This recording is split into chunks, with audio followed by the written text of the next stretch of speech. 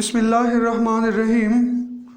سورج اللہ تعالیٰ کی بہت بڑی نعمت ہے جس کے بے شمار فائدے ہیں، لیکن ان دنوں یہ آگ برسا رہا ہے جس کے نقصانات سے بچنے کے لیے چند باتیں اس وقت آپ کی خدمت میں عرض کروں گا۔ ہائیڈریٹڈ رہنا، دن بھر وافر مقدار میں پانی پینا۔ پانی کے متعلق ہم ایک پروگرام کر چکے ہیں، آپ ہمارے اردو ٹی وی پہ دیکھ سکتے ہیں کہ پانی کتنا پینا چاہیے، کس طرح کا پینا چاہیے، کس وقت پینا مفید ہے اس حوالے سے، اور اسی طرح کن لوگوں کو پانی کم پینا چاہیے، ان کے لیے نقصان دہ ہے۔ تفصیلی اس حوالے سے ہم پروگرام کر چکے ہیں، آپ ہمارے اردو ٹی وی پر ان کو دیکھ سکتے ہیں۔ اسی طرح الکوہل ہے، کیفین اور میٹھے مشروبات سے پرہیز، یہ بڑی ضروری ہے ان دنوں میں، جو پانی کی کمی کا باعث بن سکتے ہیں۔ اگر بہت زیادہ پسینہ آ رہا ہو تو الیکٹرولائٹس کو بھرنے والے سیالوں کا استعمال کریں۔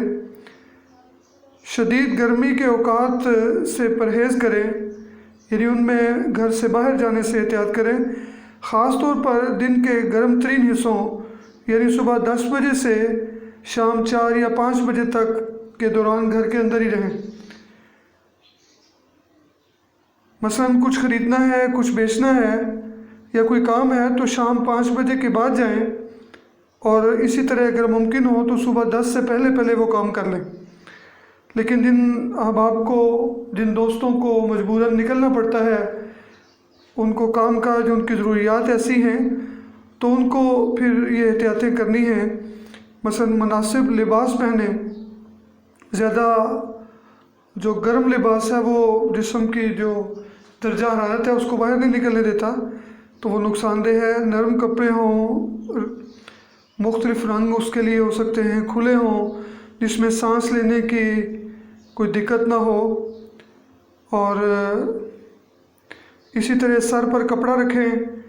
ٹوپی اگر گول ہے، سایہ دار جس سے سایہ ہو، سورج کی کرنیں سیدھی آپ تک نہ جسم کو نہ لگیں، وہ اچھی ہیں۔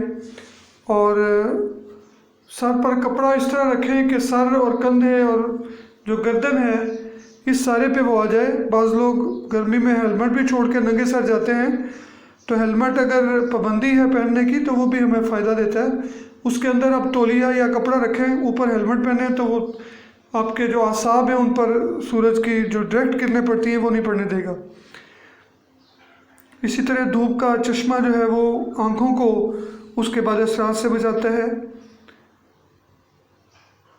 سن برن کو روکنے کے لیے سن اسکرین کا استعمال کریں جو جسم کی ٹھنڈک کی صلاحیت میں رکاوٹ ہے۔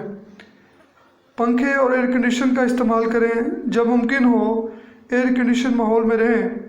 جسم کے درجہ حرارت کو کم کرنے کے لیے پنکھے، ٹھنڈے شاور یا گیلے کپڑوں کا استعمال کریں۔ اور اسی طرح اگر آپ ٹھنڈے ماحول میں ہیں تو وہاں سے آہستہ آہستہ گرم ماحول کی طرف آئیں۔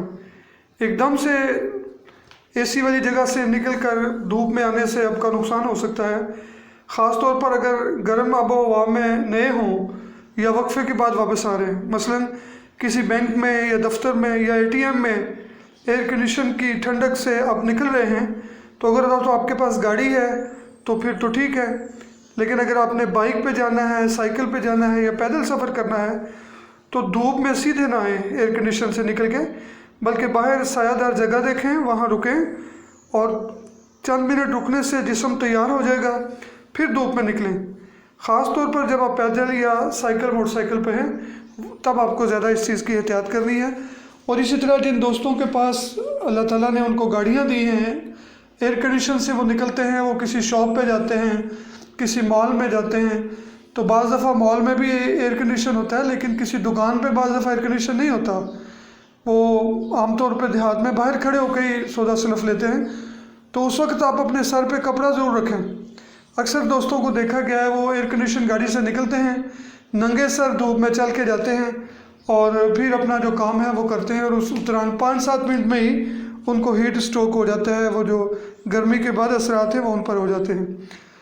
تو شدید گرمی میں سخت گرمیوں سے، سخت گرمی کی جو مختلف سرگرمیاں ہیں سخت قسم کی، ان سے بچیں۔ مثلاً جم جانا